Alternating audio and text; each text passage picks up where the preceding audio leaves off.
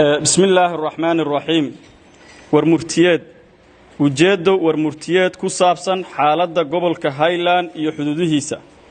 وحاشر isugu yimi dhammaan cuqaasha waxgaradka haweenka aqoonyahanka siyaasiyiinta iyo guud ahaan qaybaha kala duwan ee beelweynta gaashaanbuur shirkaas oo ay kaga tashadeen aayahooda iyo mowqifkooda siyaasadeed hadday ahaan lahayd mid degmo mid gobol shirkaas oo muddo ah uga socday degmada Buraan shirkaas waxa ay beeshu kaga arrinsadeen xaaladaha degmada Buraan iyo gobolka Highland kadib markii ay beeshu dawladda Puntland u soo jeedisay in gobolka Highland loo dhameystirmo dhismihiisa hadday tahay dhinacyada awood qaybsiga iyo hab maamulka gobolka sababtuna ay tahay maamulkii gobolka oo ku koobmay hal degmo oo kaliya kadib markii ay aragtay beeshu warqadii ka soo baxday wasaaradda arrimaha gudaha dawladda Puntland ee la xiriirtay arrimaha soohdimaha gobolka kadib markii ay beeshu aragtay qaladaadkii kala duwanaa ee ay galeen guddiga doorashooyinka ku meel gaarka ee Puntland haddaba beeshu waxa ay soo saartay go'aamadan hoos ku qoran lambar 1 beeshu waxa ay soo dhaweynaysaa nidaamka cusub ee doorashooyinka qof iyo cod ee golayaasha deegaanka degmooyinka Puntland lambar 2 beeshu waxa ay si cad u hakisay wada shaqayntii kala dhaxaysay degmada Buraan iyo gobolka Highland inta laga helayo awood qaybsi siman lambar 3 beeshu waxa ay cadaynaysaa in warqadii ka soo baxday wasaaradda arrimaha gudaha dawladda Puntland ee soohdimaha ay tahay mid sharci darro ah lambar 4 beeshu waxa ay si cad u sheegaysaa inaan doorasho ka dhici doonin deegaanada ay beeshu degto inta laga saxayo soodimaha lambar 5 beeshu waxa ay cadaynaysaa in wixii dib ah ee ka yimaada muranka soodimaha ay mas'uuliyadeeda qaadayso wasaaradda arrimaha gudaha ee dawladda Puntland iyo cidda ay khusayso ugu dambayn beeshu waxa ay diyaar u tahay si kasta oo loo sixi karo khaladaadka jira waxa kaloo ay diyaar u tahay ka qayb qaadashada sidii loo dhisi lahaa gobolka Highland oo la wada leeyahay haddii la waayo taas beeshu waxa ay isugu imanaysaa tashi labaad oo ay ku qaadan doonto go'aamo masiiri ah isla markaasna khusaya arrimaheeda dhammaan dadka ka soo qayb galay rag iyo dumarba waxaan ku salaamayaa salaanta islaam assalaamu alaykum waraxmatullaahi wabarakaatuh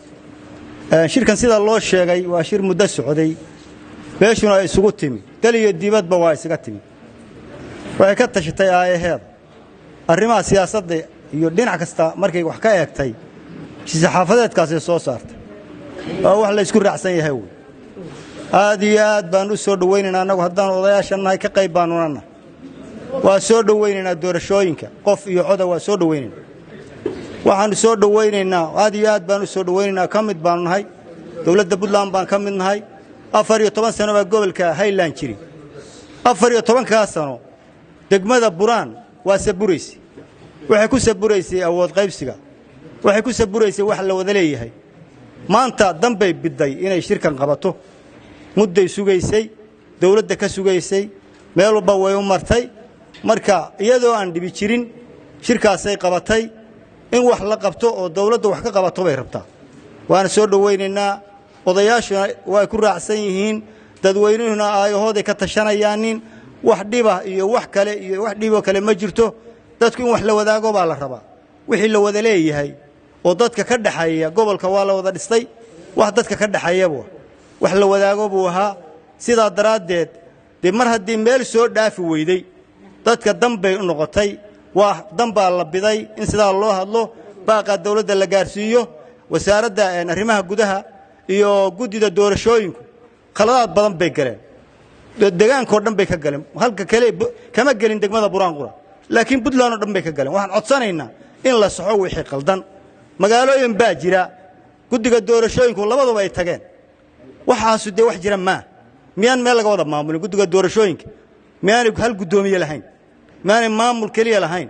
waxa weeyaan waxa in la ilaaliyo baa la rabaa xuduudaha in la saxo la ilaaliyo baa la rabaa magaalooyinka in la dhammeeyo khilaafaadka jira baa la rabaa waxaa la rabaa doorashooyinku inay si cadaalada oo furan ay u dhacaanin waa soo dhawaynaynaa laakiin waxaan leenahay war arrimaha khaldan iyo wixii khaldan hadday gobol tahay hadday tahay doorashooyinka intaba in la saxo aad iyo aad baa u mahadsantihiin asalaamu calaykum waraxmatullaahi wabarakaatu beeshu marka ay eegtay xaaladda gobolka Highland waa sida warqadda aanu soo qorro warqadda annaga ayaa qorray waxa weeye madaxweynuhu wuu og yahay dhowr jeer oo horeetana waa ka wada fadhiisanay madaxweynaha gobolka Highland waxa weeye arrintiisa waxa weeye 13 sano ayuu dhisnaa ilaa 3 jeer baanu la kulannay madaxweynaha waxa weeye madaxweyne adna waa ogtahay warqadaasna waxay ku socotaa madaxweynaha dawladda Puntland Saciid Cabdullaahi Dani iyo wasiirka arrimaha gudaha waxa weeye arrintaa iyada waxaanu aad iyo aad u rajaynaynaa in si degdeg ah wax looga qabto haddii arrintaa aan wax laga qaban beeshu qof walba xor weeye meeshuu raaci lahaa iyo masiirkiisa isagaa ka tashanaya insha allahu tacaala biidmillaahi kariim haddii xaaladdaas si degdeg ah aan wax looga qaban waxa aanu rajaynaynaa beeshu meeshay raaci lahayd waa soo dhawaynaynaa doorashada Puntland oo qof iyo cod ah laakiin qaladaadka ka soo baxay wasaaradda arrimaha gudaha warqaddii ka soo baxday qaladkeedii iyo dawladda iyo guddiga ku-meel gaarka doorashooyinka dawladda Puntland qaladkoodii waxaan leenahay arrintaa wax laga qabto gobolka awood qaybsigiisii wuxuu noqday gobol degmada ka soo bixi waayey waad ogtihiin waxa weeye gobolkuna sidaasuu isla fadhiid ku noqday ummaddii uu hoos joogtana fadhiiday ku noqotay sidaa darteed waxa weeye beeshu waxay ka tashanaysaa haddaan arrintaa wax laga qaban meeshii masiirkeedu ahaan lahaa say degdega inay shir dambe u qabsato oo raacdo aad iyo aad baa u salaamantihiin bacdasalaan annaga waa waxgaradkii iyo odadhaqameedyada iyo coqaashii halkan waxaan ka caddaynaynaa beeshu si dhammaystiran oo kaafatan ah inay u gaartay u soo saartay baaqa una gaartay go'aanka ah inay wada shaqayntii gobolka Highland hakinayso